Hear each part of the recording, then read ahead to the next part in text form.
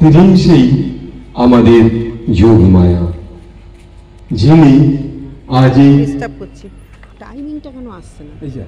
আসছে না।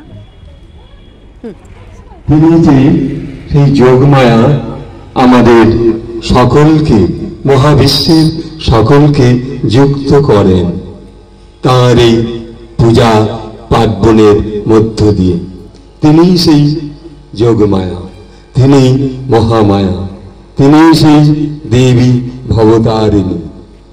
আর আজকে আমরা এসেছি লাফিং ক্লাব, দেবীতলা পার্কের যে সকল বৃদ্ধ, বয়স্ক এবং প্রবীণ যারা রয়েছেন, তারা সকলে মিলে যে একসঙ্গে মাকে আজ প্রণাম জানানোর জন্য এসেছেন গানের মাধ্যমে।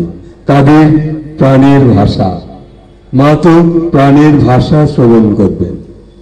যে একটি গানে যখন কবিরা যেমন বলছেন, কালী নামে দাও গো বেড়া, ফসলে তজ রূপ হবে না, কালী নামে দাও গো বেড়া, ফসলে তজ রূপ হবে না।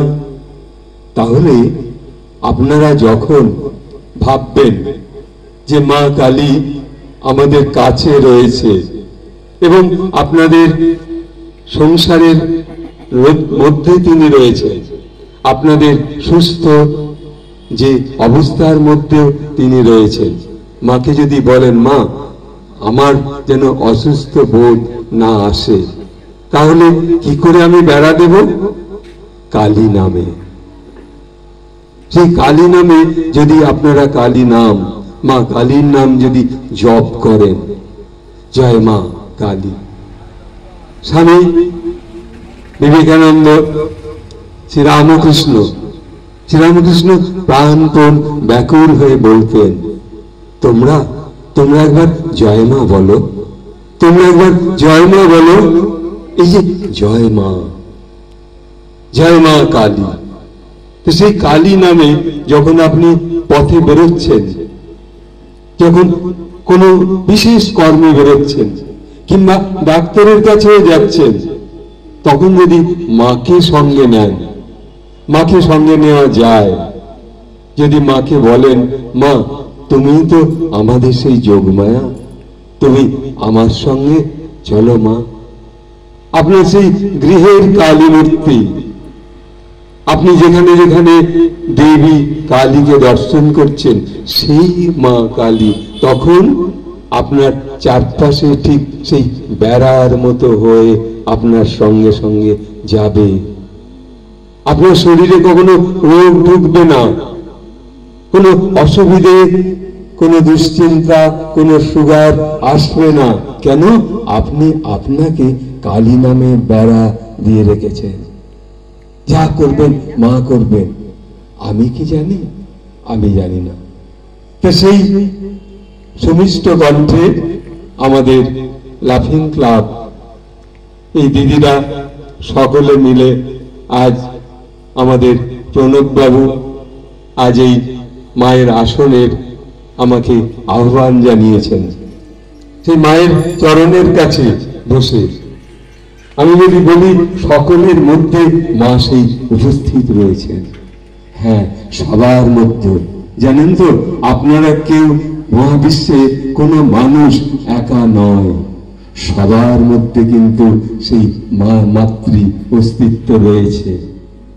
সবার মধ্যেই সেই নারীর যুক্ত রয়েছে, নাভির সঙ্গে মায়ের যুক্ত রয়েছে। তাহলে সেই মায়ের আজ আরাধনা, তাই না?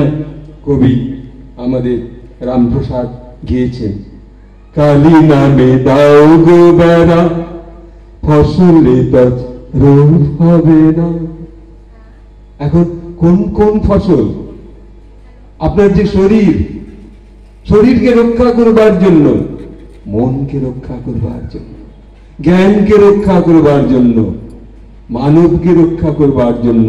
আপনি যদি যখন দেখবেন আপনারা হয়তো খুব আত্মীয়, হয়তো একটা শিশু অসুস্থ হয়েছে, তাকে যদি ডাক্তার দেখছে, বলছে দেখুন ঠিক বুঝতে পারছি না, আপনি ঘরে বসে যদি তার ভাবনায় যে মা তুমি দেখো আমার নাতিটা বড় অসুস্থ, মা তুমি দেখো, মায়ের উপরে ভর দিন, নির্ভর করুন সেই দেবী ভবতারিণীকে।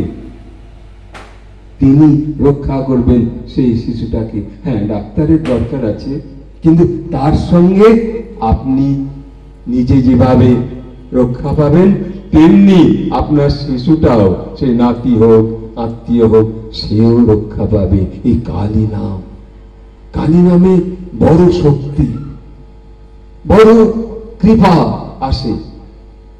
মা কালীর একটু প্রসাদ, মায়ের যে রূপের বহু রকমের বর্ণনা আছে, যেমন মা সর্বদা এই অভয় হাত দেখাচ্ছে, ভয় নেই, আমি আছি। মাই তার অভয় হাত দেখাচ্ছে। আর বলছে ওই যে খড়গ, খড়গ কি কোনো কিছু কাটবার জন্য নয়, শুধু বিবেককে, অহংকারকে কাটবার জন্য, মনের অহংকারকে ধ্বংস করবার জন্য ওই মায়ের হাতে খড়গ। তাই এরকম এই যে মায়ের গলায় মুন্ডমালা, এ এক একটি বর্ণ, মায়ের অনেক ব্যাখ্যা আছে। কোন কোন মন্দিরে দেখা যায় মায়ের গলায় যে 16টি মালা রয়েছে, 16টি মুন্ডু রয়েছে। এই 16টি মুন্ডু কিন্তু আমাদের খুব অস্থির করে তুলেছে। এই 16টি মুন্ডু কি? কাম, ক্রোধ, লোভ, মোহ, মদ, মাৎসর্য, এই 6টা। আর ক্ষিতি, অপ, মরুদ, তেজ, বোম, 6 আর 5 11। আর চক্ষু, কর্ণ, নাসিকা, জিহ্বা, ত্বক, এই টোটাল 16টি রূপ মায়ের এই গলায়। অসুর, প্রতিটা মানুষের মধ্যে আজ অসুর রয়েছে, বহু মানুষের মধ্যে। আর সেই অন্য কথায় যাব না, মানুষের মধ্যে অসুর ব্যক্তিটা ভীষণ। একজনের মধ্যে আর একজন হিংসা করছে, একজন একজনকে ভীষণ ভাবে আঘাত দিচ্ছে, কখনো বা গালাগাল দিচ্ছে, কখনো বা হিংসা করছে। কেন? মানুষের মধ্যে সেই অসুর ব্যক্তিটা রয়েছে। তাই ঋষি অরবিন্দ এক জায়গায় বলছেন, মাতো দুর্গে কালী রূপিণী নিমন্ন মালিনী দিগম্বরী কৃপানুপানি দেবী ক্রূর নিনাদে অন্তঃস্থলী বিনাশ করো। একটিও যেন আমাদের ভিতর জীবিত না থাকে, বিমল নির্মল যেন হই। আমাদের মধ্যে সেই অসুর লুকিয়ে আছে। দেবী দুর্গা আসলেন, সেই মহিষাসুরকে বধ করলেন। তারপর আরো কিছু অসুর রয়েছে, তাদেরকে বধ করবার জন্য আসলেন এই মহামায়া মা কালী। সেই অসুরগুলোকে বধ করলেন।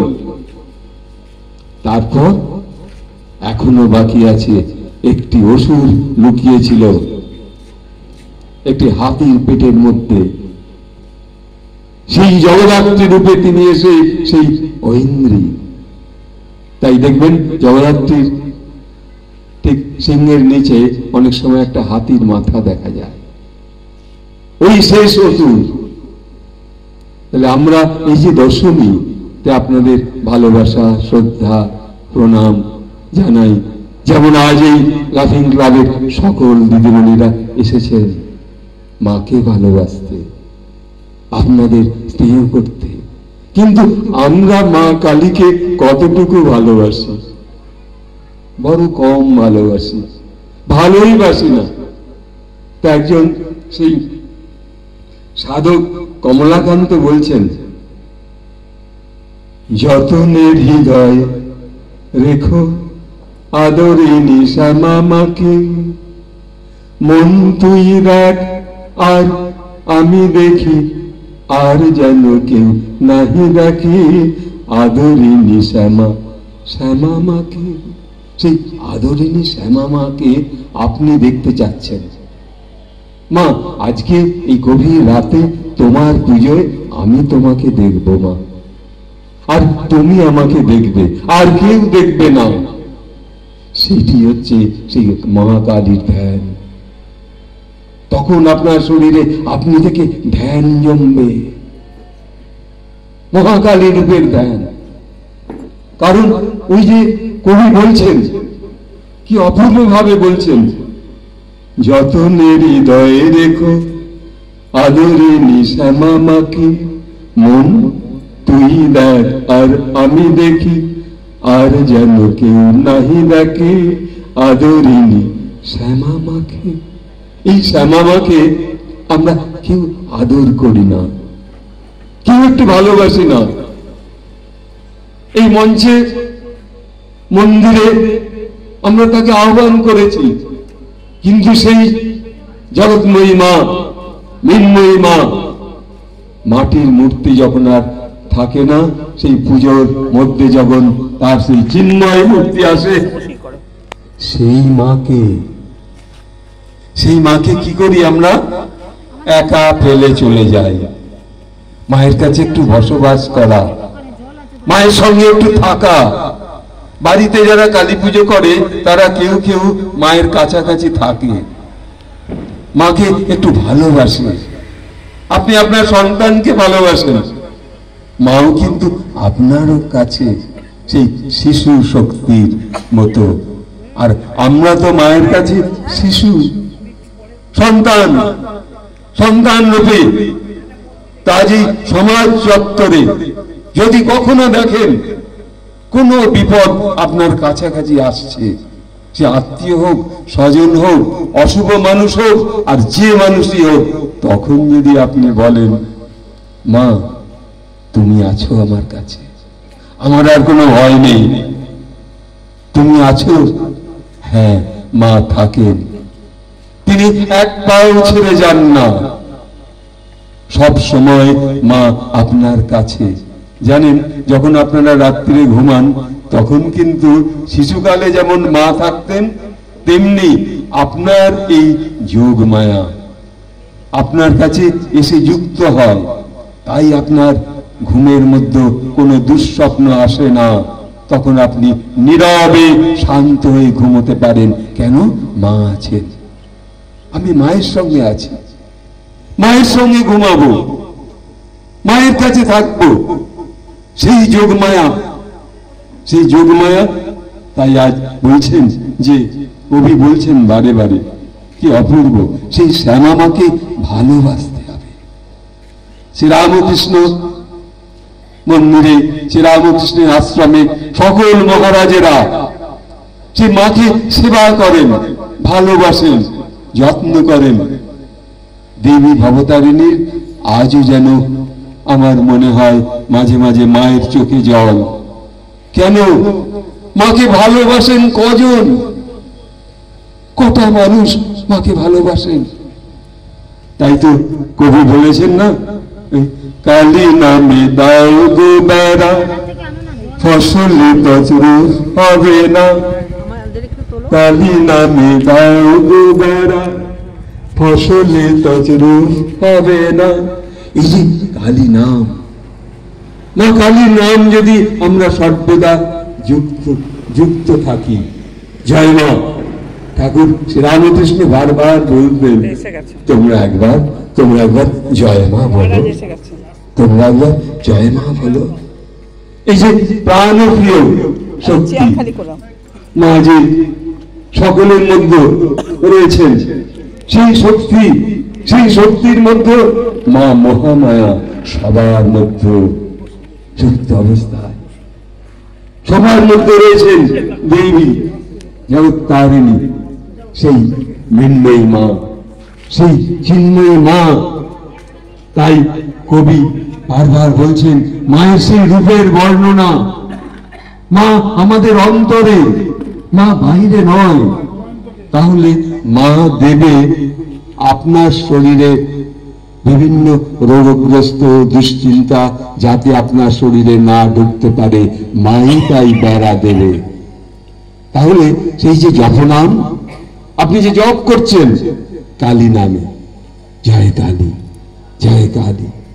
এই যে কালীর মন্ত্রে আছে, কালী করালি করালে বদনং ঘোরং মুক্ত কেশি চতুর্ভুজং রীপ করে দারানম নরমালা বিভূষিতম। সেই যে মায়ের রূপ আপনি অনুভব করছেন, দেখতে পাচ্ছেন, আপনার মধ্যে সেই মা এসে উপস্থিত হন ধ্যানে, অনুভবে, ভাবনায়। আর সেটি হচ্ছে আমাদের এই সাধারণ মানুষের মধ্যে জ্বর, ভালোবাসা, শ্রদ্ধা, ভক্তি।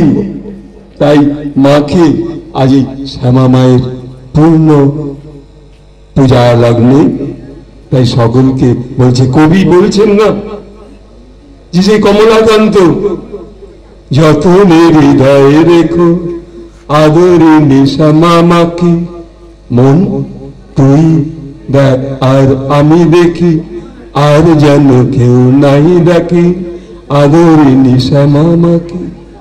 সেই আজ শুভরাত্রিতে আমরা সেই শ্যামা মাকে দর্শন করব, শ্যামা মাকে অবাক হয়ে দেখব, মায়ের সেই রূপকে। তা আজকেই সকল প্রতিবেশীদের আমি আমার সশ্রদ্ধা ভালোবাসা জানাই। আমাদের যে লাফিং ক্লাবের দিদিরা এসেছেন, অনেকক্ষণ ধরে মহারাজরা এসে উপস্থিত হয়েছেন।